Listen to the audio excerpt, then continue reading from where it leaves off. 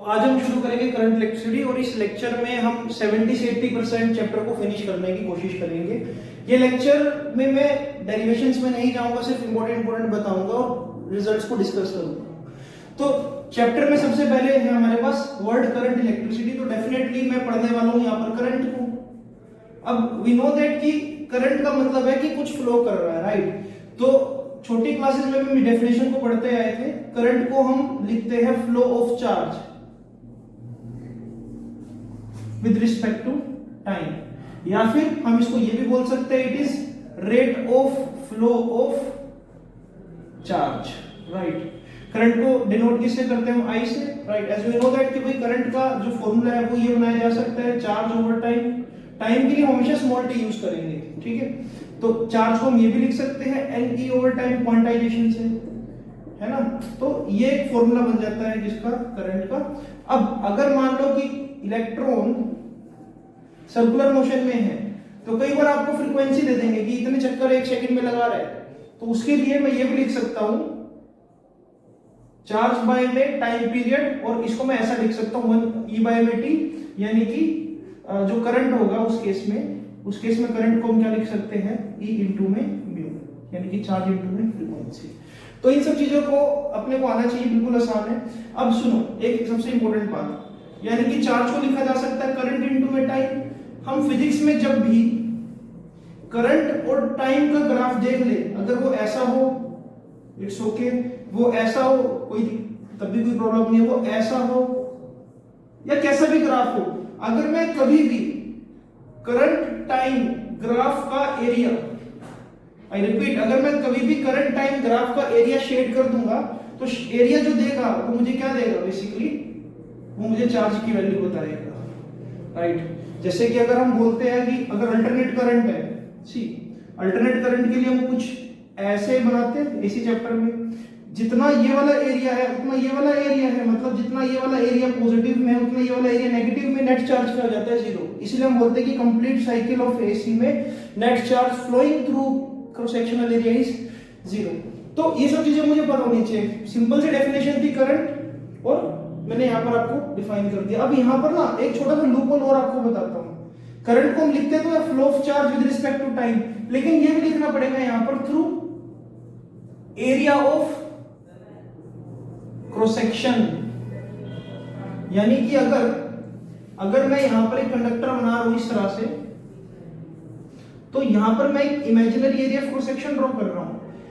Electrons का इस area of cross section को इस तरह से क्रॉस करना जरूरी है करंट बनाने के लिए। अगर ये इलेक्ट्रॉन इस तरह से ऊपर की तरफ मूव कर रहा है तो यहां से कोई करंट नहीं बनने वाला। इलेक्ट्रॉन अगर एरिया ऑफ क्रॉस सेक्शन के थ्रू जा रहा है तभी करंट की वैल्यू क्या होगी? नॉन जीरो होगी। तो ये बेसिक सी बातें हैं, और हो सकता है असर्शन विजन में आपको परेशान कर सके। एक सिंपल सी डेफिनेशन करंट, आई होप आपको ये बात क्लियर हो गई होगी। ओके, थोड़ा सा इससे आगे चलते हैं इसमें। इसके बाद जब हम करंट को ढंग से समझ लेते हैं तो एक छोटा सा और कंसेप्ट यहां पर आता है, वो है एवरेज करंट क्या होता है और इंस्टेंटेनियस करंट क्या होता है। ओके, तो जब मैं delta Q by delta T करता हूं तो मुझे एवरेज करंट मिल जाता है। मतलब चार्ज सपोज करो किसी वायर के अंदर चार्ज कंटिन्यूअसली इंक्रीज कर रहा है, या फिर हमने क्या एक कंडक्टर को सप्लाई रखी जिसकी वजह से कोई भी चीज कंटिन्यूअसली चार्ज हो रही है, उसमें इलेक्ट्रॉन्स कंटिन्यूअसली ऐड अप हो रहे हैं। तो मैं बोल सकता हूं कि charge at T2 minus charge at T1 upon में T2 माइनस T1 मुझे क्या वैल्यू देगा? एवरेज करंट की। अगर मैं आपको एक बेसिक सी कोई भी इक्वेशन दे दूं कि भाई charge is function of time, और इक्वेशन दे दी मैंने 2t² + 4, और मैं आपसे पूछ लूं कि बताओ करंट की एवरेज वैल्यू क्या है जब टाइम 2 सेकंड से 4 सेकंड था, तो मैं क्या करूंगा? यहाँ पर सबसे पहले t में 4 पुट करूंगा, क्योंकि मुझे क्या करना है? चार्ज एट T2 निकालना है। उसके बाद चार्ज एट T1 के लिए क्या करूंगा? T1 पुट कर दूंगा, मतलब एक बार मैं इस पूरी इक्वेशन में 4 पुट करूंगा, फिर माइनस, फिर क्या पुट करूंगा इसके अंदर 2, और फिर क्या कर दूंगा 4 - 2 से डिवाइड कर दूंगा। मुझे क्या मिल जाएगा यहाँ से? I average. लेकिन अगर इसी क्वेश्चन में मुझसे ये पूछ लिया जाए कि बताओ what will B value of current eight t = 2 second, अगर एक इंस्टेंट पे पूछ ले तब मुझे क्या करना पड़ेगा? इंस्टेंटेनियस करंट निकालने के लिए इसको डिफरेंशिएट करना पड़ेगा विद रिस्पेक्ट टू टाइम। तब मैं इंस्टेंटेनियस करंट निकालने के लिए, एक स्पेसिफिक पॉइंट पर करंट निकालने के लिए क्या करूंगा, चार्ज को टाइम से डिफरेंशिएट कर दूंगा। इसका जो डिफरेंशिएशन होगा वो क्या होगा, 4t प्लस 0। अब डिफरेंशिएट करके मुझे 4t मिल गया और टाइम क्या वैल्यू क्या दे रखा है, 2 सेकंड। तो यानी कि करंट की वैल्यू क्या आ जाएगी, 8 एम्पीयर। तो ये भी मुझे पता होना चाहिए कि किस तरह से मैं एवरेज करंट और इंस्टेंटेनियस करंट निकाल सकता हूँ। आई होप आपको ये बात समझ आ गई होगी। ठीक है, थोड़ा सा और आगे चलते हैं इससे। इसके बाद ना हम चार्ज कैरियर्स को समझने की कोशिश करते हैं। भाई अगर चार्ज कैरियर की बात करूं तो सबसे पहले हम कंडक्टर को उठा लेते हैं। ये मैं एक वायर बना रहा हूं जिसको थोड़ा सा मैंने जूम कर रखा है। इस वायर के अंदर बेसिकली बहुत सारे फ्री इलेक्ट्रॉन्स हैं, क्योंकि मैं कंडक्टर की बात करूं, कंडक्टर का मतलब है बहुत सारे फ्री इलेक्ट्रॉन्स उसके अंदर होंगे। मेटल के अंदर वैसे भी फ्री इलेक्ट्रॉन्स बहुत होते हैं, इस तरह से बहुत है। जनरली क्या होता है, किसी भी कंडक्टर के लिए जो नंबर डेंसिटी है वो 10⁻29 मीटर क्यूब इनवर्स है। यानी कि 1 मीटर क्यूब के अंदर 10⁻29 इलेक्ट्रॉन्स प्रेजेंट होते हैं जनरली ऑन एन एवरेज। ठीक है, एक रफ वैल्यू है, थोड़ी सी कम ज्यादा हो सकती है, लेकिन ये बहुत बड़ा नंबर है। मतलब electrons are present very close to each other. अगर वो मूवमेंट करने की कोशिश करेंगे तो शायद कहीं जाना पाए, बहुत बड़ी भीड़ है, इलेक्ट्रॉन क्लाउड बना हुआ है अंदर पूरी तरह से। अगर मैं बोलूं कि भाई दोनों एंड फ्री है, इस वायर के दोनों एंड फ्री है, ना तो यहां पर कोई पॉजिटिव दे रखा है चार्ज या ना यहां नेगेटिव, मतलब कोई बैटरी कनेक्टेड नहीं है, तो क्या होगा, क्या ये इलेक्ट्रॉन्स इस एरिया क्रॉस सेक्शन को कभी क्रॉस कर पाएंगे? तो आंसर है नहीं कर सकते। अगर कंडक्टर के दोनों एंड फ्री है तो इन इलेक्ट्रॉन के पास जो अभी वेलोसिटी होगी that will be thermal velocity, जो हीट की वजह से सराउंडिंग में क्या टेम्परेचर थोड़ा सा ज्यादा होगा कंपैरेटिवली, तो इन इलेक्ट्रॉन्स को जो हीट मिल रही है, इलेक्ट्रॉन वैसे भी रेस्ट पर नहीं रह सकता। तो थर्मल वेलोसिटी जो इलेक्ट्रॉन की है वो कितनी होती है, 10⁻6 मीटर पर सेकंड। थर्मल स्पीड लिखना चाहिए मुझे इसको वेलोसिटी की जगह, ऐसे नियरली 10⁻6 मीटर पर सेकंड इनकी क्या होगी, थर्मल स्पीड। अब इलेक्ट्रॉन का जो मोशन है वो बड़ा रैंडम है, जिगजैग है। इलेक्ट्रॉन मूव तो कर रहे हैं लेकिन पहुंच कहीं पर भी नहीं रहे। क्यों नहीं पहुंच रहे? क्योंकि यहाँ पर बहुत सारे इलेक्ट्रॉन्स हैं जिनके पास कोई डायरेक्शन नहीं है। ये इलेक्ट्रॉन ऐसे मूव करना चाह रहा है, ये इलेक्ट्रॉन ऐसे मूव करना चाह रहा है, ये ऐसे, तो ये आपस में ही क्या कोलिजन सफर कर रहे हैं, लेकिन कभी इस एरिया क्रॉस सेक्शन को क्रॉस नहीं कर पाएंगे। तो जब मैंने कोई एक्सटर्नल बैटरी कनेक्ट नहीं करी या कोई एक्सटर्नल इलेक्ट्रिक फील्ड नहीं दिया, तो जो इलेक्ट्रॉन के पास स्पीड होगी उसको क्या बोलते हैं, थर्मल स्पीड।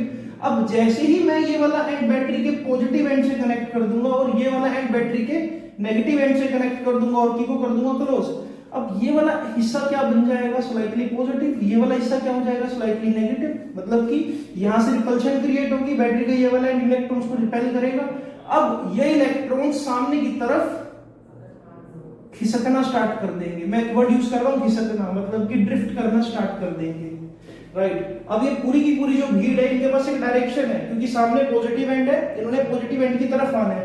अब बहुत सारे इलेक्ट्रॉन्स इस एरिया क्रॉस सेक्शन को क्रॉस करना स्टार्ट कर देंगे और इस दौरान करंट वाली डेफिनेशन सेटिस्फाई हो जाएगी कि electron are crossing a particular area cross section and they are moving some distance with respect to time. यहां पर अब करंट की वैल्यू क्या हो जाएगी, इस केस में नॉन जीरो।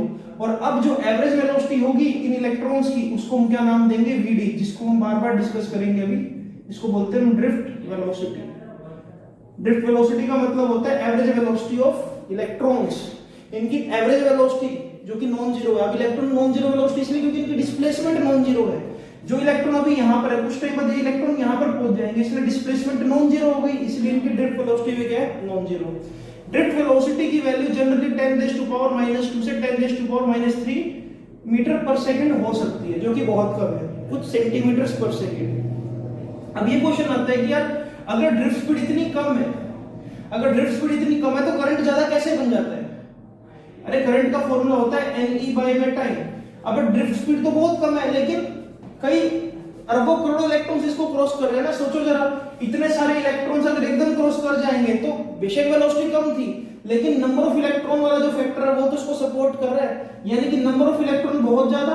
चार्ज वाले इलेक्ट्रॉन हम जानते हैं 1.6 × 10⁻⁻19, जिसकी वजह से जो करंट की वैल्यू वो बहुत ज्यादा मिल जाती है अपने को, राइट। बेशक उनकी स्पीड बहुत कम है लेकिन नंबर ऑफ इलेक्ट्रॉन्स बहुत ज्यादा होने की वजह से करंट की वैल्यू अपने को क्या मिलेगी, काफी ज्यादा मिलेगी। आई होप आपको ड्रिफ्ट वेलोसिटी का ये कंसेप्ट समझ आया होगा। ये तो एक थ्योरेटिकल डिस्कशन था, इसका मैथमेटिकल फॉर्मूला भी ड्राइव किया जा सकता है। आई होप आपको ये बात समझ आई होगी, क्योंकि जो मैं लेक्चर डिलीवर करूंगा ये आपको असर्शन रीजन और कंसेप्चुअल्स में ज्यादा हेल्प करेगा। न्यूमेरिकल हर कोई बच्चा याद कर लेता है, लेकिन कंसेप्चुअल में से असर्शन रीजन के क्वेश्चंस ज्यादा बनते हैं, ठीक है। तो जो हमने ड्रिफ्ट स्पीड डिफाइन की थी, राइट, उसका बेसिकली फॉर्मूला क्या है, tau E capital E over N, right. अच्छा अब सुनो ध्यान से, इसको अगर वेक्टर फॉर्म में लिखना चाहूं तो वीडी वेक्टर ई वेक्टर इस तरह से लिखा जा सकता है, राइट। यहां पर इन टर्म्स को समझने की कोशिश करते हैं। जो टाउ है ना, यहां पर इस टाउ को हम बोलते हैं relaxation time. As we know that कि जब इलेक्ट्रॉन्स मूव करेंगे तो आयन से भी टकराएंगे और खुद से भी इनका कोलिजन होगा। तो एक इलेक्ट्रॉन मूव तो कर रहे हैं, लेकिन इसका एक कोलिजन मान लो यहां पर हुआ, दूसरा कोलिजन यहां पर हुआ, तीसरा कोलिजन यहां पर हुआ है। तो रिलैक्सेशन टाइम का मतलब है कि दो कोलिजन के बीच में कितने टाइम तक एक इलेक्ट्रॉन ने बिल्कुल स्ट्रेट पाथ फॉलो किया, या फिर it is average time between two successive collision. अगर रिलैक्सेशन टाइम होगा ज्यादा, सोचने वाली बात है, अगर रिलैक्सेशन टाइम है ज्यादा मतलब इलेक्ट्रॉन को काफी टाइम रिलैक्स करने को मिल रहा है, तो इसका मतलब नंबर ऑफ कोलिजन्स जो है वो कम हो रहे हैं। नंबर ऑफ कोलिजन्स कम हो रहे हैं मतलब इलेक्ट्रॉन बहुत कम डिस्टर्ब हो रहे हैं, राइट। तो टाउ ही डिसाइड करता है बेसिकली ड्रिफ्ट स्पीड को। अगर टाउ की वैल्यू ज्यादा है, रिलैक्सेशन टाइम ज्यादा है, तो डेफिनेटली इलेक्ट्रॉन थोड़ा तेजी से खिसक पाएगा, भागेगा नहीं, खिसक पाएगा, लेकिन तेजी से खिसक पाएगा। और किस बात पर डिपेंड कर रही है, इलेक्ट्रिक फील्ड पर। यानी कि तुम दोनों एंड्स पर वायर के कितना स्ट्रॉन्ग इलेक्ट्रिक फील्ड क्रिएट कर रहे हो, वो भी इस बात को डिसाइड करेगा कि इलेक्ट्रॉन कितना तेजी से खिसकेगा। तो यहाँ पर दो इंपॉर्टेंट फैक्टर्स थे। हम जानते हैं कि इलेक्ट्रिक फील्ड को हम वोल्टेज पर यूनिट लेंथ लिख सकते हैं। अगर मैं इसको इस फॉर्मूले में भी पुट कर दूं तो ड्रिफ्ट स्पीड का फॉर्मूला बन जाएगा tau E V over L, और यहां पर आ जाएगा एम। यहां से ये भी पता लग रहा है कि जितना ज्यादा पोटेंशियल डिफरेंस क्रिएट करोगे, जितना स्ट्रॉन्ग सेल यूज करोगे, उतनी ज्यादा ड्रिफ्ट स्पीड होने वाली है। तो ये रिजल्ट बहुत इंपॉर्टेंट बन जाता है। इस रिजल्ट को याद करने की एक छोटी सी ट्रिक भी है, वो ट्रिक है विनिंग टीम। बस टी का मतलब टाउ है, स्मॉल ई का मतलब स्मॉल ई है, ए विनिंग टीम, ई को कैपिटल ई लिख लो और एम को एम लिख सकते हैं, यानी कि मास ऑफ इलेक्ट्रॉन। तो विनिंग टीम से हम याद रख सकते हैं। रिजल्ट बहुत इंपॉर्टेंट है, टाउ ई बाय एम, लेकिन इलेक्ट्रिक फील्ड को कन्वर्ट करके potential difference per unit length भी लिखा जा सकता है। आई होप आपको ये बात समझ आई होगी। इसको प्लीज नोट डाउन करते रहे। इसकी यूनिट बिल्कुल सिंपल है, मीटर पर सेकंड होगी, और वैल्यू का ध्यान रखना, इसकी वैल्यू होती है 10⁻² से 10⁻³ मीटर पर सेकंड। इसको प्लीज नोट डाउन कीजिए जरा, अगर आपको लिखना हो। तो जब हम ड्रिफ्ट वेलोसिटी का रिलेशन लिख लेते हैं तो एक छोटा सा और टॉपिक आता है इसके बाद कि यार एक्चुअल में क्या रिलेशन है, relation between I and V D. Drift speed और करंट में क्या रिलेशन है। तो ये रिलेशन भी आपने नोट्स में प्रूफ कर रखा होगा। आई किसके बराबर होता है, वीडी ई एन ए के बराबर। इसको हम ऐसे लिख सकते हैं आई वीना, ठीक है, आई वीना, ओके, ऐसे आप याद रख सकते हो, क्योंकि ऑब्वियसली पेपर जब हमारा एमसीक्यू तो हमको रिजल्ट्स सारे याद होने चाहिए। इसको थोड़ा सा मॉडिफाई करना स्टार्ट करते हैं रिजल्ट को, क्योंकि करंट को करंट ही लिखना है। वीडी को लिखा जा सकता है winning team tau E by में एम, यहाँ पर है ई, यहाँ पर है एन, और ये ए, राइट। तो इस तरह से हम बना सकते हैं करंट को, और चाहूं तो ऐसा भी लिख सकता हूँ, इलेक्ट्रिक फील्ड को ओपन कर सकते हैं। यहाँ पर tau E potential difference per unit length, यहाँ पर मास, यहाँ पर ई, यहाँ पर एन, और यहाँ पर ए, और ये ई को मैं लिख सकता हूँ यहाँ पर ई स्क्वायर। तो ये बात तो बिल्कुल साफ और जग जाहिर है कि जितना ज्यादा पोटेंशियल डिफरेंस दोगे उतना करंट बढ़ेगा। दोस्तों इसी रिजल्ट से मैं ओम्स लॉ को भी वेरीफाई कर सकता हूं। Ohm's law can be verified, करके दिखाए। ओम्स लॉ होता क्या है, ओम्स लॉ होता है V directly proportional to I, राइट। अगर फिजिकल कंडीशन किसी भी कंडक्टर की कांस्टेंट हो, मतलब टेम्परेचर, प्रेशर और किसी तरह का स्ट्रेन नहीं आना चाहिए वायर के अंदर, और कंडक्टर्स के लिए एप्लीकेबल। तो देखो ओम्स लॉ का मतलब ये भी होता है ना, V by I is equal to R, और R यहाँ पर क्या होता है, कांस्टेंट, मतलब रेजिस्टेंस कांस्टेंट रहना चाहिए। तो देखो इसी रिजल्ट से हम प्रूफ करके देखते हैं। अभी मैंने लिखा है I tau E square N A upon में M L, और साथ में क्या है वहां पर V। आप v को यहीं पे रखो, a को यहाँ नीचे ले जाओ और इसको इधर ले आओ, तो ये बन जाएगा ml अपॉन में tau e square n a, सामने क्या आ जाएगा v अपॉन में i, मास कांस्टेंट है, लेंथ कांस्टेंट है, रिलैक्सेशन टाइम कांस्टेंट है क्योंकि टेंपरेचर कांस्टेंट रखा है हमने, E कांस्टेंट है, नंबर डेंसिटी कांस्टेंट है, एरिया कांस्टेंट है, सारा कुछ क्या है कांस्टेंट के बराबर, राइट। तो यहां से क्या वेरीफाई हो गया ओम्स लॉ, क्योंकि V by I फिर आल्सो कांस्टेंट, और ये जो कांस्टेंट है ओम्स लॉ के अकॉर्डिंग इसको मैं रेजिस्टेंस से कंपेयर कर सकता हूं, क्योंकि V by I का मतलब तो रेजिस्टेंस होता है ना किसी भी कंडक्टर के लिए। तो देखो यहां पर पता लग रहा है कि रेजिस्टेंस को हम इस फैक्टर से कंपेयर कर सकते हैं भाई, ये है ml अपॉन में a n tau e। देखो मैंने एक स्पेशल तरीके से लिखा रेजिस्टेंस को, स्पेशल तरीके से लिखने का मतलब रेजिस्टेंस को मैं लिख रहा हूं ml अपॉन में a n tau e, मतलब कि इसको भी याद करने की एक ट्रिक है,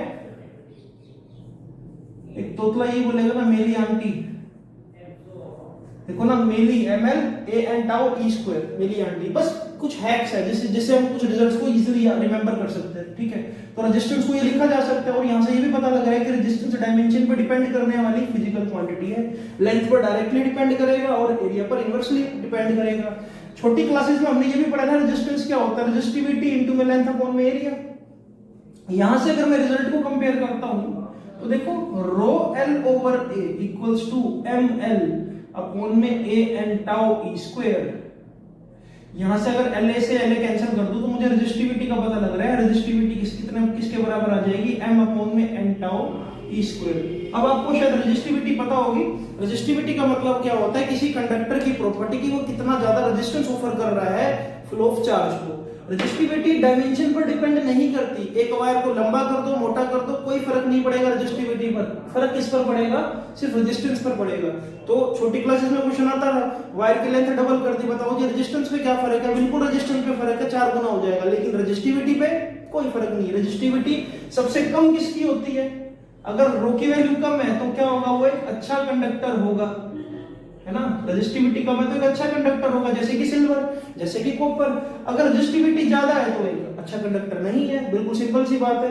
तो रेजिस्टिविटी किन चीजों पर डिपेंड कर रही है भाई, नंबर डेंसिटी पे डिपेंड कर रही है और टाउ पर डिपेंड कर रही है। यहां से मैं ग्राफ प्लॉट किए जा सकते हैं, ग्राफ प्लॉट किए जा सकते हैं। देखो ग्राफ बनाकर दिखाता हूं आपको।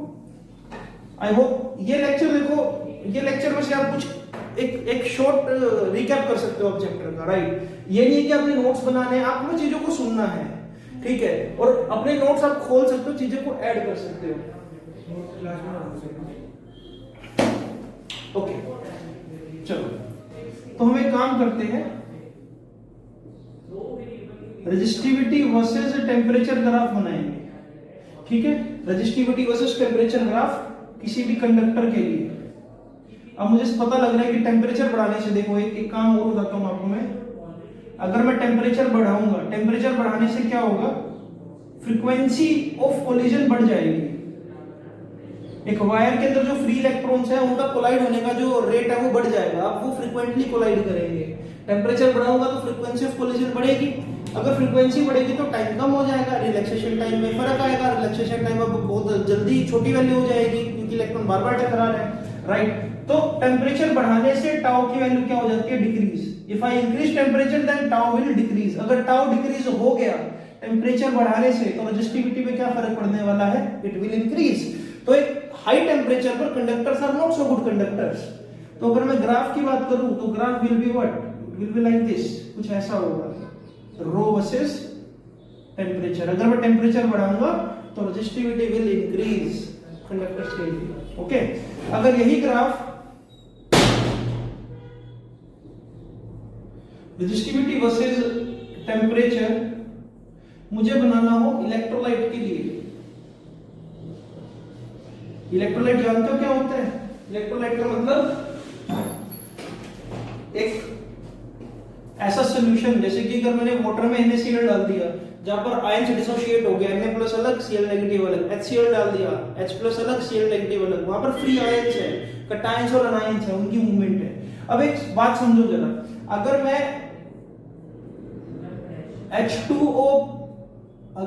H2O प्लस NaCl का सॉल्यूशन लूं और टेम्परेचर को बढ़ाना स्टार्ट कर दूं तो आप जानते हो कि टेम्परेचर बढ़ाने से डिसोसिएशन का रेट बढ़ जाता है। एक गर्म पानी में चीनी घोलना बहुत आसान है और एक ठंडे पानी में चीनी घोलना बहुत मुश्किल है। ऐसा करने से क्या चीज पे फर्क पड़ रहा है भाई? टेम्परेचर बढ़ाने से जो नंबर डेंसिटी है वो बढ़ रही है। नंबर डेंसिटी बढ़ने का मतलब 1 लीटर के अंदर अगर पहले 10,000 फ्री आयंस थे, अब उसी 1 लीटर के अंदर शायद 15,000 फ्री आयंस होंगे। नंबर डेंसिटी बढ़ने से रेजिस्टिविटी कम हो जाएगी और ग्राफ कैसा हो जाएगा? ऐसा। यानी कि रेजिस्टिविटी टेम्परेचर के साथ डिक्रीज करेगी अगर मैं बनाऊंगा इसको इलेक्ट्रोलाइट के लिए, राइट। और अगर मैं बनाता हूं रेजिस्टिविटी वर्सेस टेम्परेचर ग्राफ किसी एलॉय के लिए, तो एलॉय के लिए ग्राफ क्या होगा? नियरली फ्लैट लाइन होगी। हाँ, अगर फ्लैट लाइन नहीं बनानी तो ये क्या होगा? एक मेजर टेम्परेचर चेंज के लिए होगा। मेजर टेम्परेचर चेंज का मतलब वैसे तो एलॉयज की रेजिस्टिविटी पहले से बहुत ज्यादा है, अगर आप टेम्परेचर को बहुत ज्यादा चेंज करते हो तब स्लाइटली इंक्रीज करेगा रेजिस्टिविटी, अदरवाइज नहीं करेगा, राइट। स्मॉलर टेम्परेचर डिफरेंस के लिए ग्राफ नियरली स्ट्रेट होगा। हाँ, अगर आप ज्यादा टेम्परेचर चेंज करोगे तो graph will be slightly like this. I hope आपको ये बात समझ आई होगी। इंपॉर्टेंट कंसेप्ट है, इस पे ग्राफ का क्वेश्चन जनरली आ जाते हैं। कई बार ना आपसे ये भी पूछा जाता है कि ओमिक और नॉन ओमिक कंडक्टर्स के बारे में बताओ। अब यार ओमिक कंडक्टर कौन से होते हैं? जो ओम्स लॉ को फॉलो करें, मेटालिक कंडक्टर्स। नॉन ओमिक क्या होगी? जैसे कि सेमीकंडक्टर। अगर आपको आइडेंटिफाई करना आ जाए कि भाई एक ग्राफ कुछ ऐसा है, ऐसे टेढ़ा मेढ़ा ग्राफ है और यहाँ पर बहुत ज्यादा पॉइंट्स आ जाएंगे, जैसे कि ए बी सी ऐसे डी। तो ये जो जिस भी कंडक्टर है, जिस भी मटेरियल के लिए मैं ग्राफ बना रहा हूं, कंडक्टर के लिए तो नहीं होगा, कंडक्टर के लिए तो ओम्स लॉ है, तो सिर्फ ओ से लेकर ए तक इस रीजन में ही ओम्स लॉ फॉलो हुआ है। सिर्फ ओ से लेकर ए तक ग्राफ स्ट्रेट है, इसके बाद तो ग्राफ बिगड़ना स्टार्ट हो गया, राइट। तो ये अगर मैं ओवरऑल देखूं तो एक नॉन ओमिक कंडक्टर काउंट होगा। नॉन ओमिक का मतलब है जो ओवरऑल ओम्स लॉ को फॉलो नहीं कर रहा, ठीक है। आई होप आपको ये बात समझ आई होगी। नॉन ओमिक वो डिवाइसेस या वो मटेरियल जो ओम्स लॉ को फॉलो नहीं करते। एक छोटा सा और हैक बताता हूं आपको। सीबीएसई कई बार ये चीजें पूछ चुकी है बच्चों से। V वर्सेस I ग्राफ, और ग्राफ दे देंगे ऐसा किसी मटेरियल A के लिए, राइट, और मटेरियल B के लिए भी ग्राफ कुछ ऐसा दे देंगे, ऐसा कुछ, राइट। और ये होगा I वर्सेस V ग्राफ। ये एंगल है 30 डिग्री और ये एंगल है 60 डिग्री, और आपसे पूछ लेंगे कि बताओ दोनों के रेजिस्टेंस का रेशियो क्या होगा। दोनों ग्राफ कंडक्टर के लिए और बताओ दोनों केस में रेजिस्टेंस का रेशियो क्या होगा। तो देखो एक छोटा सा कंसेप्ट लगाते हैं। VI ग्राफ का जो स्लोप है ना वो मुझे रेजिस्टेंस बताता है, मतलब वोल्टेज डिवाइड बाय करंट। तो वोल्टेज डिवाइड बाय करंट का मतलब है tan थीटा, यहाँ पर है ना, परपेंडिकुलर बाय बेस। तो अगर मैं सीधा सीधा tan 30 कैलकुलेट कर लूं तो मुझे रेजिस्टेंस पता लग जाएगा इस पर्टिकुलर ग्राफ से। tan 30 कितना होता है? 1/√3। तो RA में रेजिस्टेंस कितना आ गया? 1/√3। बिल्कुल सिंपल था। अच्छा ठीक है। उसके बाद अगर मैं साथ वाला ग्राफ देखूं, ये ग्राफ V वर्सेस I नहीं है, ये तो I वर्सेस V ग्राफ है, राइट। अगर यहां पर मैं V/I करूंगा तो मुझे क्या मिलेगा? 1/m में स्लोप, है ना। देखो इंटरचेंज कर दिया ना एक्सिस, तो यहां पर मुझे क्या मिलेगा? 1/m में tan 60। अगर मुझे रेजिस्टेंस निकालना है तो वो क्या होगा? 1/m में tan 60, और 1/m में tan 60 का मतलब क्या होगा? 1/√3। इस तरह से अगर मैं दोनों का रेजिस्टेंस कंपेयर कर रहा हूं तो दोनों का रेजिस्टेंस का रेशियो क्या आएगा? हमेशा 1:1। तो इन बातों का ध्यान रखना। स्लोप्स पूछी जा सकती है, छोटी क्लासेस का क्वेश्चन है, लेकिन कई बार हम प्रेशर के, जब हमारे पास एग्जाम प्रेशर होता है तो हम इन चीजों को डिस्ट्रीब्यूट नहीं कर पाते बीच में, तो इस तरह से थोड़ा ध्यान रखना इस चीज का। ओम्स लॉ पर ही ना एक और कैटेगरी भी है क्वेश्चंस की, वो भी देख लो। जैसे कि ऐसा बोल देंगे कि हमने ओम्स लॉ स्टडी करा 3 अलग अलग टेम्परेचर पर। ये हो गया T1 टेम्परेचर पर, ये हो गया T2 टेम्परेचर पर, और ये हो गया T3 टेम्परेचर पर। और ये कौन सा ग्राफ है? V versus I graph. आपसे ये पूछ लेंगे कि तीनों में से कौन सा टेम्परेचर ज्यादा है, और 4 ऑप्शन दे देंगे, T1 greater than T2 greater than T3, इस तरह से कुछ भी बनाकर दे देंगे आपको। अब आपको ये समझना है कि यार ये VI ग्राफ है, यानी कि रेजिस्टेंस T1 पर सबसे ज्यादा है, मैक्सिमम है। रेजिस्टेंस T3 पर क्या है? सबसे कम है। और ये बात मुझे पता है कि कंडक्टर के केस में रेजिस्टेंस डायरेक्टली प्रोपोर्शनल होता है टेम्परेचर के। अगर आप टेम्परेचर बढ़ाते हो तो क्या होता है? उससे टेम्परेचर बढ़ाने से रिलैक्सेशन टाइम कम हो जाता है, और जिसकी वजह से रेजिस्टेंस बढ़ जाता है, राइट। तो ऑब्वियस होगा कि अगर रेजिस्टेंस ज्यादा है तो डेफिनेटली वो ज्यादा टेम्परेचर पर स्टडी करा गया ग्राफ है। तो इससे मैं साफ साफ बोल सकता हूं कि T1 की वैल्यू T2 से ज्यादा होगी और T3 सबसे कम होगा, राइट, क्योंकि T3 टेम्परेचर पर रेजिस्टेंस सबसे कम आया है, T2 पर उससे ज्यादा है और T1 पर रेजिस्टेंस सबसे ज्यादा है, क्योंकि ये तीन अलग अलग टेम्परेचर थे और रेजिस्टेंस टेम्परेचर के डायरेक्टली प्रोपोर्शनल होता है। तो T को तुम R से डायरेक्टली कंपेयर कर सकते हो इन ग्राफ्स में। तो ये भी एक इंपॉर्टेंट क्वेश्चन है, ये आना चाहिए मेरे को। चलो इससे आगे थोड़ा सा और चलते हैं। इसके बाद जैसे कि हमने रेजिस्टिविटी पढ़ा, अब रेजिस्टिविटी का फॉर्मूला बिल्कुल सिंपल था ना। रेजिस्टिविटी क्या पढ़ा हमने, m अपॉन में n टाउ ई स्क्वायर। अगर मैं सिग्मा लिखूं, सिग्मा का मतलब होता है कंडक्टिविटी, और कंडक्टिविटी को क्या बोलते हैं, 1 बाय में रेजिस्टिविटी, यानी कि रेजिस्टिविटी किसके बराबर होगी, n tau E square by में n। तो ये है हमारे पास कंडक्टिविटी और ये है हमारे पास रेजिस्टिविटी। एक छोटी सी टर्म और है, वो है करंट डेंसिटी। अब ये करंट डेंसिटी क्या होता है, देखो सिंपल सी बात है, अगर ये कोई भी कंडक्टर है, अगर ये कोई भी कंडक्टर है और ये क्या है, इसका area of cross section, right, तो कितना करंट इस एरिया ऑफ क्रॉस सेक्शन में से फ्लो कर रहा है, या फिर मैं ऐसा बोल दूं कि अगर हम करंट को लिखना चाहे तो हम ये लिख सकते हैं, current is basically dot product of J vector dot A vector. Current density और एरिया वेक्टर का डॉट प्रोडक्ट है। अब ये रिजल्ट कैसे बनते हैं, मैं बना के दिखाता हूं इसको, जे ए कॉस थीटा, यानी कि J is equal to I upon में ए कॉस थीटा। देखो अगर इलेक्ट्रॉन्स मूव करेंगे ऐसे तो ऑब्वियसली करंट की डायरेक्शन ये होगी, है ना, करंट की डायरेक्शन ये होगी, और एरिया वेक्टर के साथ करंट का एंगल क्या बन रहा है, बेसिकली 0 डिग्री। तभी हम सीधा सीधा लिख देते हैं कि करंट अपॉन में area is basically what, current density, कि कितने एरिया में से कितना करंट फ्लो कर रहा है, ये करंट डेंसिटी डिफाइन करेगा। कि अगर मान लो मैं करंट को उतना का उतना ही रखूं, लेकिन एरिया को डिक्रीज कर दूं, तो करंट डेंसिटी बढ़ जाएगी, क्योंकि करंट तो उतने का उतना ही है लेकिन एरिया कम हो गया है ना। करंट को कांस्टेंट रख दिया लेकिन एरिया कम कर दिया, एरिया कम करने से जे की वैल्यू बढ़ जाएगी, मतलब ज्यादा करंट एक छोटी वायर में से फ्लो कर रहा है, राइट। अगर मैं एरिया बढ़ा देता हूं और करंट को उतने का उतना रखता हूं तो करंट डेंसिटी कम हो जाएगी, मतलब ज्यादा नंबर ऑफ इलेक्ट्रॉन्स जो है, देखो एरिया बढ़ाने पर क्या होगा, एरिया बढ़ाने पर करंट उतने का उतना, मतलब कि इलेक्ट्रॉन्स कभी भी मान लो 100 है, एरिया बढ़ा दिया लेकिन अब वो 100 इलेक्ट्रॉन्स बड़े एरिया में से पास कर रहे हैं। लेकिन अगर मैं एरिया कम कर दूं, इलेक्ट्रॉन को 100 रखूं, तो वो 100 इलेक्ट्रॉन्स छोटे एरिया में से पास कर रहे हैं, यानी कि यहाँ पर डेंसर रीजन नजर आएगा मुझे, है ना, भीड़ भाड़ वाला इलाका नजर आएगा, तो डेंसिटी बढ़ जाएगी। तो एक सिंपल सा कंसेप्ट है, what is current density, it is ratio of current to the area of cross section, है कितना current area of cross section में से फ्लो कर रहा है। यूनिट बिल्कुल सिंपल है भाई, यूनिट क्या होगी, ampere metre second inverse metre square inverse, तो ये होगी हमारे पास इसकी यूनिट। अब यहाँ पर ना ये पढ़ाने का मेन मोटिव ये था क्योंकि सीबीएसई कई सालों से पहले क्वेश्चन दिया करती थी, what is relation between J electric field and rho, area vector electric field, sorry current density electric field and resistivity में क्या रिलेशन है। तो बहुत आसानी से इसको किया जा सकता है। अगेन हम रिलेशन पिक करेंगे आई विना वाला, राइट, एरिया को नीचे ले आओ इसके, तो करंट अपॉन में एरिया किसके बराबर हो जाएगा, ये वीडी ई एन के, वीडी को ओपन कर दो तो करंट अपॉन में area equals to tau E by में एम, यहाँ पर क्या जाएगा ई एन। तुम ध्यान से देखना जरा, इसको आई बाय ए को मैं क्या लिख सकता हूँ, जे लिख सकता हूँ, राइट, ये है ई, और ई के साथ क्या आ रहा है, एन ई स्क्वायर बाय में एम, और ऊपर टाउ भी है ना, देखना जरा।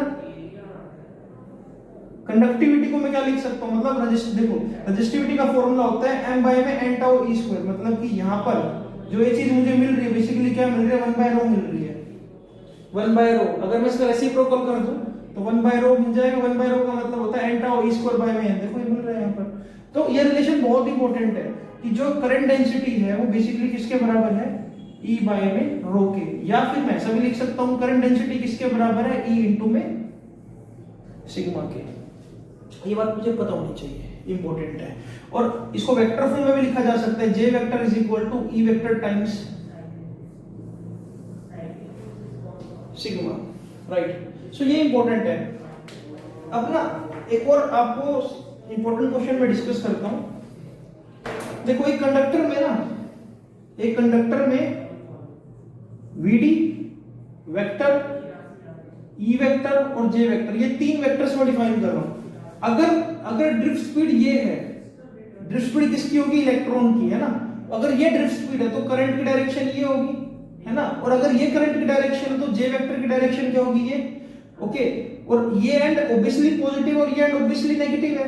करंट पॉजिटिव से नेगेटिव, करंट पॉजिटिव से नेगेटिव की तरफ जाता है और इलेक्ट्रॉन पॉजिटिव की तरफ आता है। तो यही डायरेक्शन किसकी होती है? इलेक्ट्रिक फील्ड की। तो इससे हमेशा ये पता लगेगा मुझे कि J वेक्टर और E वेक्टर एक दूसरे के पैरेलल होंगे।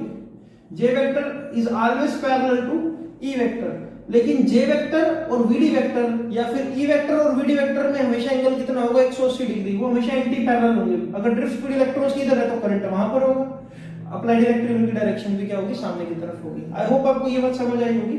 इस पर क्वेश्चन बनाया जा सकता है और एक अच्छा असर्शन रीजन बनाया जा सकता है, राइट। आपको असर्शन में दे देंगे कि electric field and drift speed are always in same direction, तो असर्शन गलत हो जाएगा। तो ये बात मुझे पता होनी चाहिए। इससे अगर थोड़ा सा और आगे निकले हम, थोड़ा सा और आगे निकलने पर एक टर्म आती है अल्फा, जिसको मैं लिख सकता हूं coefficient of resistivity. Basically alpha का क्या मतलब है? देखो, अल्फा को अगर मैं डिफाइन करूं तो इसका मतलब होगा resistance at high temperature minus resistance at low temperature upon में resistance at low temperature into में टेम्परेचर डिफरेंस। या फिर इसको मैं ऐसा भी लिख सकता हूं, resistivity at high temperature minus resistivity at low temperature upon में resistivity at low temperature temperature difference. देखो, बिल्कुल सिंपल सा कंसेप्ट है। मैं बोलता हूं कि रेजिस्टेंस है किसी भी वायर का 5 ओम। जब हमने टेम्परेचर लिया, सपोज करो 30 डिग्री सेल्सियस, रेजिस्टेंस हो जाता है 5.9 ओम। जब मैं टेम्परेचर को बढ़ा देता हूं 40 डिग्री सेल्सियस। अगर मुझे यहां पर कोफिशिएंट ऑफ रेजिस्टिविटी डिफाइन करना है तो कोफिशिएंट ऑफ रेजिस्टिविटी डिफाइन करना बिल्कुल आसान है। क्या करना है? हाई टेम्परेचर पर रेजिस्टेंस कितना है? 5.9। पहले रेजिस्टेंस लो टेम्परेचर पर कितना था? 5 अपॉन में 5। टेम्परेचर डिफरेंस कितना है? 10। ऐसा करके मुझे अल्फा की वैल्यू पता लग जाएगी। अब मेरा जो बताने का मेन कंसर्न वो ये था कि अल्फा बेसिकली क्या सिग्निफाई कर रहा है, अल्फा की वैल्यू कैसी आ रही है। इससे हम ये बता सकते हैं कि वो कंडक्टर की बात कर रहे हैं हम, या किसी सेमीकंडक्टर की बात कर रहे हैं, या फिर एलॉय की बात कर रहे हैं। क्योंकि अगर अल्फा की वैल्यू आ रही है पॉजिटिव, पॉजिटिव कब आ सकती है? जब हमेशा हाई टेम्परेचर पर रेजिस्टेंस की वैल्यू ज्यादा हो और टेम्परेचर बढ़ाने पर रेजिस्टेंस या रेजिस्टिविटी बढ़ रही है, तो वो कंडक्टर की प्रॉपर्टी हमने ग्राफ में भी देखा था। अगर हम टेम्परेचर बढ़ाते हैं तो रेजिस्टिविटी और रेजिस्टेंस दोनों इंक्रीज करते हैं। रीजन मैंने आपको बताया था, रिलैक्सेशन टाइम। तो अल्फा की वैल्यू पॉजिटिव है और ग्रेटर देन 1 है या नियरली 1 है, या एक ऐसी वैल्यू जिसको इग्नोर नहीं किया जा सकता। तो अल्फा की वैल्यू पॉजिटिव किसके लिए होगी? कंडक्टर के लिए होगी। अगर अल्फा की वैल्यू नेगेटिव आ रही है तो डेफिनेटली वहां पर क्या है? सेमीकंडक्टर। क्योंकि सेमीकंडक्टर और इलेक्ट्रोलाइट के केस में टेम्परेचर बढ़ाने पर रेजिस्टेंस कम हो जाता है। मतलब अगर आप ये चीज बढ़ाओगे तो ये चीज कम हो जाएगी, अगर ये चीज कम हो जाएगी तो ये सब्ट्रैक्शन नेगेटिव हो जाएगी अपने बाय डिफॉल्ट, है ना। तो अल्फा की वैल्यू नेगेटिव, ये क्या सिग्निफाई कर रहा है? सेमीकंडक्टर या फिर एक ऐसा मटेरियल जो कंडक्टर नहीं है। ओके, अगर अल्फा की वैल्यू आ जाए 0.0003, 0.0004, मतलब ऐसी वैल्यू जो जिसको नेग्लेक्ट किया जा सकता है, पॉजिटिव बट नेग्लेक्ट करने लायक। तो अल्फा की वैल्यू अगर लेस देन 1 हो तो उसका मतलब हम किसको स्टडी कर रहे हैं? एलॉय को स्टडी कर रहे हैं। क्योंकि अगर मैं टेम्परेचर डिफरेंस, अगर डिनोमिनेटर बहुत स्ट्रॉन्ग कर दूं तो स्लाइटली चेंज आएगा, ऊपर स्लाइटली डिफरेंस आएगा। मतलब अगर मैं टेम्परेचर कर दूं 30 डिग्री से 130 डिग्री तो रेजिस्टेंस कितना हो जाएगा? 5.001 ओम, राइट। अभी डिफरेंस जब हम करेंगे यहाँ पर तो एक बहुत छोटी वैल्यू निकल कर आएगी। तो अल्फा की वैल्यू, कोएफिशिएंट ऑफ रेजिस्टिविटी की value is very very very very small for alloys. तो ये बात मुझे पता होनी चाहिए। अगर पेपर में क्वेश्चन आ जाए if alpha is 2, then we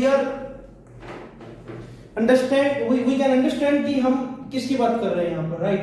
तो ये एक इंपॉर्टेंट टॉपिक है। एनसीईआरटी में इस टॉपिक के ऊपर 3 क्वेश्चंस हैं, तो ये टॉपिक कभी गलत मत करना यार। थोड़ा सा आगे चलते हैं इससे।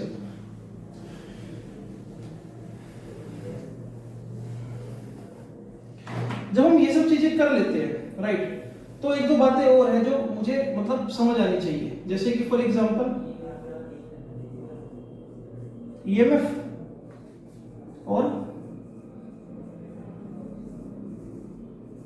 Potential difference. सी छोटी क्लासेस में हम क्या करते थे,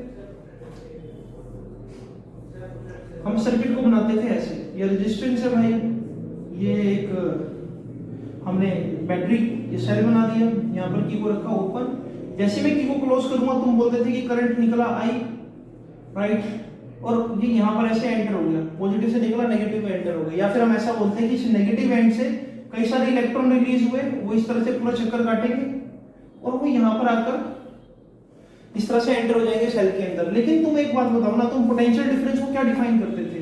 इट इज वर्क डन, थोड़ा शॉर्ट में बता रहा हूं, वर्क डन है ना, work done over unit charge in moving it from one end of wire to other end. तुम एक एंड से दूसरे एंड तक जो वर्क डन करा रहे हो चार्ज के ऊपर, that is known as potential difference. लेकिन असली कहानी तो कुछ और लग रही है मुझे, क्योंकि अगर तुम इसको जूम करो थोड़ा सा, अगर मैं इसको एक सेल का रूप दे दूं, भाई सेल का ये वाला एंड पॉजिटिव और ये वाला एंड नेगेटिव है, जब इलेक्ट्रॉन यहाँ पर एक बार आ गया पॉजिटिव एंड की तरफ, अब उसको बैटरी के अंदर या सेल के अंदर देखो नेगेटिव एंड तक पहुंच रहा है, यहाँ तो सबसे ज्यादा वर्क डन की जरूरत है, क्योंकि इलेक्ट्रॉन को अब देखो, इलेक्ट्रॉन यहाँ से नेगेटिव से पॉजिटिव तो इलेक्ट्रॉन पर आ जाएगा, लेकिन अगर इलेक्ट्रॉन को पॉजिटिव से नेगेटिव की तरफ भेजना है तो मुझे और ज्यादा एफर्ट करने पड़ेंगे।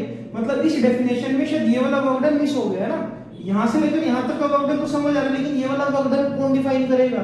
तो हम इसलिए बोलते हैं कि जो ईएमएफ है ना, वो क्या है, मैक्सिमम वैल्यू ऑफ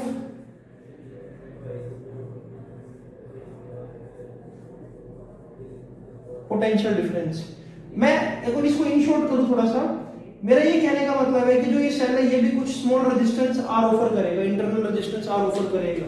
तो इसलिए मुझे ना, अगर मुझे ईएमएफ ऑफ सेल डिफाइन करना है तो वो क्या होना चाहिए, टोटल करंट इनटू में टोटल रेजिस्टेंस। टोटल रेजिस्टेंस क्या होगा, एक्सटर्नल और इंटरनल मिला दो, है ना, इससे ईएमएफ डिफाइन हो रही है। तो ईएमएफ का मतलब हो गया I R plus I small R. ये कैपिटल आई आर तो हम जानते हैं कि टर्मिनल पोटेंशियल डिफरेंस है, तो इससे रिलेशन बन जाता है V प्लस आई आर। सो ये रिलेशन वैलिड है। अगर एक सेल यूज में और उसका कुछ इंटरनल रेजिस्टेंस है जिसको आप कंसीडर कर रहे हो, तो ये रिलेशन वैलिड है। और ये रिलेशन कब वैलिड है, जब सेल इज डिस्चार्जिंग, जब सेल डिस्चार्ज हो रहा है, मतलब सेल किसी सर्किट को सप्लाई दे रहा है ना, सेल क्या कर रहा है, केमिकल एनर्जी से इलेक्ट्रिक एनर्जी कॉन्टिन्यूसली कन्वर्जन कर रहा है, या कोई डिवाइस आप यूज कर रहे हो। लेकिन अगर सेल खुद चार्ज हो रहा है, इफ सेल इज चार्जिंग, अगर सेल चार्ज हो रहा है तो इसी रिलेशन को लिखा जा सकता है V माइनस आई आर। उस केस में पोटेंशियल डिफरेंस ज्यादा हो जाएगा और सेल का ईएमएफ कम हो जाएगा, क्योंकि सेल को चार्ज करने के लिए कंपैरेटिवली आप ज्यादा पोटेंशियल डिफरेंस या किसी ऐसे डिवाइस से कनेक्ट कर रहे होंगे जिसका पोटेंशियल डिफरेंस ज्यादा होगा। यहां से अगर मैं इंटरनल रेजिस्टेंस को डिफाइन करूं, वैल्यू को डिफाइन करूं, तो E minus V is equal to I R, right. तो R को डिफाइन किया जा सकता है E माइनस V अपॉन में I। इसको और क्या लिख सकता हूं, E माइनस V, और करंट को क्या लिखा जा सकता है, वोल्टेज अपॉन में रेजिस्टेंस, राइट। तो E माइनस V अपॉन में V इक्वल्स इनटू में R equals to small r, जिसको क्या लिखा जा सकता है, E by V minus 1 into में R इक्वल्स टू R। ये बहुत इंपॉर्टेंट रिलेशन है, ये हम आगे भी एक हमारे पास डिवाइस आएगा पोटेंशियोमीटर, वहां पर इसको यूज करेंगे कभी। तो इस तरह से इंटरनल रेजिस्टेंस निकाला जा सकता है यार। इंटरनल रेजिस्टेंस क्या है बेसिकली, इंटरनल रेजिस्टेंस है basically resistance offered by electrolyte of cell. और ये किन बातों पे डिपेंड करेगा, इंटरनल रेजिस्टेंस इस बात पे डिपेंड करता है कि लेंथ ऑफ इलेक्ट्रोड क्या है, नेचर ऑफ इलेक्ट्रोलाइट क्या है, और टेम्परेचर पर भी। अगर टेम्परेचर ज्यादा होगा तो इलेक्ट्रोलाइट का रेजिस्टेंस कम हो जाएगा, क्योंकि ज्यादा टेम्परेचर में डिसोसिएशन ऑफ आयंस ज्यादा होगा, विस्कोसिटी कम हो जाती है लिक्विड की, एक चार्ज इजीली मूव कर सकता है, राइट। तो टेम्परेचर बढ़ाने पर इंटरनल रेजिस्टेंस हमेशा कम होगा, लेंथ बढ़ाने पर इंटरनल रेजिस्टेंस ज्यादा होगा। अगर आप एरिया ऑफ इलेक्ट्रोड बढ़ा दो, सेल वगैरह बड़े वाला यूज करोगे, तो भी इंटरनल रेजिस्टेंस कम होगा, राइट। तो इस तरह से इंटरनल रेजिस्टेंस को कम और ज्यादा कर सकते हैं। एक 5 रुपए वाले सेल और एक 20 रुपए वाले सेल में यही डिफरेंस है। जो अच्छी क्वालिटी अच्छी कंपनी का सेल होगा, उसका इलेक्ट्रोलाइट का क्वालिटी बढ़िया होगा। और तुमने एक बात वैसे भी नोटिस करी होगी कि विंटर्स में जब आप स्कूटी को सेल्फ स्टार्ट से करने की कोशिश करते हो स्टार्ट, तो वो नहीं हो पाती 1-2 बार में, लेकिन किक से स्टार्ट हो जाती है। लेकिन समर में सेल्फ स्टार्ट हमेशा काम करता है। क्यों? क्योंकि सर्दियों में टेम्परेचर बहुत कम हो जाता है टेम्परेचर कम होने से रेजिस्टेंस बढ़ता है, लेकिन गर्मियों में टेम्परेचर बढ़ जाता है, जिसकी वजह से इलेक्ट्रोलाइट का रेजिस्टेंस कम हो जाता है, वो जल्दी से चार्ज को डिलीवर कर देते हैं। यहां से ना एक दो छोटे मोटे ग्राफ और निकाले जा सकते हैं, जैसे कि अगर मैं आपको बोलूं कि वोल्टेज वर्सेस रेजिस्टेंस ग्राफ बनाओ, तो वो ग्राफ हमेशा ऐसा होगा। इसके एक्सप्लेनेशन के लिए यार मेरे चैनल पे बहुत सारी वीडियोस डली हुई है, तुम वहां से ग्राफ देख सकते हो। और अगर मैं बनाना चाहता हूं ईएमएफ वर्सेस रेजिस्टेंस ग्राफ, तो ईएमएफ वर्सेस रेजिस्टेंस ग्राफ हमेशा क्या होगा, एक फ्लैट लाइन, क्योंकि रेजिस्टेंस बढ़ाने पर ईएमएफ पे कोई फर्क नहीं पड़ने वाला। इसका एक सिंपल सा लॉजिक ये है, देखो E इज इक्वल टू क्या है, I R plus I small R. अगर आप रेजिस्टेंस को n टाइम्स बढ़ाओगे, तो अगर रेजिस्टेंस को आप n टाइम्स बढ़ाओगे, अगर ये आप डबल करोगे तो करंट आधा हो जाएगा, तो फैक्टर खत्म। इसको ट्रिपल करोगे तो ये 1/3 हो जाएगा, तो 3 से 3 खत्म। इसलिए रेजिस्टेंस का ईएमएफ पर कोई इफेक्ट नहीं होता, राइट। तो ये बातें मुझे पता होनी चाहिए, एक इंपॉर्टेंट, ये दोनों ग्राफ बहुत इंपॉर्टेंट है। आई होप आपको ये बात समझ आई होगी, राइट। ऐसे ही इसमें थोड़ा सा अगर मैं और आगे चलता हूं, तो एक कंसेप्ट आता है कि अगर दो सेल्स सीरीज में हो और दो सेल्स पैरेलल में हो, तो इनका इक्विवेलेंट ईएमएफ क्या होगा। अगर मैं सेल्स को सीरीज में जोड़ना चाहूं, तो ऑब्वियसली एक वायर पर दो सेल ले रहा हूं। अब यहां पर मुझे एक छोटा सा जिगजैग दिखाना पड़ेगा इंटरनल रेजिस्टेंस के लिए, राइट। और ये इस तरह से, इस सेल का ईएमएफ है E1, इस सेल का ईएमएफ है E2, this is R1 and this is R2। तो इसको हम बोलेंगे they are cells in series, right. Series में अगर मैं इक्विवेलेंट ईएमएफ की बात करूं, तो हमेशा क्या होगा, E1 प्लस E2। अगर नेगेटिव के बाद पॉजिटिव टर्मिनल है दूसरे सेल का।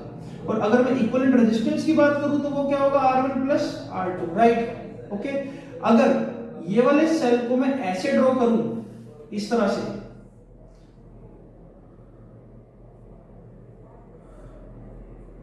तो यही जो इक्विवेलेंट ईएमएफ है, अब क्या हो जाएगा, E1 माइनस E2, लेकिन रेजिस्टेंस उतने का उतना रहेगा। समझे इस बात को, पॉजिटिव के सामने पॉजिटिव आ गया, राइट। यानी कि यहां से, मतलब अगर मैं बोलूं कि इलेक्ट्रॉन को धकेलना है, यहां से ये धकेलना चाह रहा है, यहां से ये धकेलना चाह रहा है, तो इनका जो वर्क डन ओवरऑल कम हो जाएगा, क्योंकि रिपल्शन क्रिएट करेंगे दोनों एजेस की, राइट। अगर दोनों सेल्स यहां पर बराबर होते हैं, तो नेट ईएमएफ क्या हो जाता, 0 हो जाता, E माइनस E 0, राइट। इसी तरह से अगर नेगेटिव एंड आमने सामने हो रहेंगे, तो तभी ये सेल्स इन सीरीज, लेकिन नेट ईएमएफ क्या हो जाएगा, E1 माइनस E2, ठीक है। इसी तरह से अगर सेल्स पैरेलल में कनेक्टेड हो, फिर सपोज करो this is positive and this is negative and, और ये क्या है, internal resistance R, this is E1। यहां पर ये पॉजिटिव एंड ये negative and, this is internal resistance R। और इस तरह से दो सेल्स हमने क्या कनेक्ट कर दिए, पैरेलल में। ये R1 है, इसको R2 नाम देते हैं। तो पैरेलल में इक्विवेलेंट ईएमएफ का फॉर्मूला क्या होता है, E1 multiply by R2 plus E2 multiply by R1 upon में R1 प्लस R2। और अगर मैं रेजिस्टेंस इक्विवेलेंट की बात करूं, तो वो क्या होगा, 1 by R is equal to 1 by R1 plus 1, जैसे कि पैरेलल में ऐड करते हैं, बिल्कुल सिंपल सी बात है। यहां पर इंपॉर्टेंट कांसेप्ट ये है कि two cells of same EMF अगर हो जाए, अगर इनका ईएमएफ बिल्कुल सेम हो, ये भी 5 वोल्ट तो ये भी 5 वोल्ट, राइट। तो देखो सेम के केस में क्या होगा, इस रिजल्ट को देखो जरा, ये E1 की जगह E आ जाएगा, R2 की जगह R आ जाएगा, ये E2 की जगह E आ जाएगा, R1 की जगह R आ जाएगा, अपॉन में 2R। तो ये कितना बन जाएगा, ये बन जाएगा 2ER अपॉन में 2R। R से R कैंसिल हो गया, 2 से 2 कैंसिल हो गया।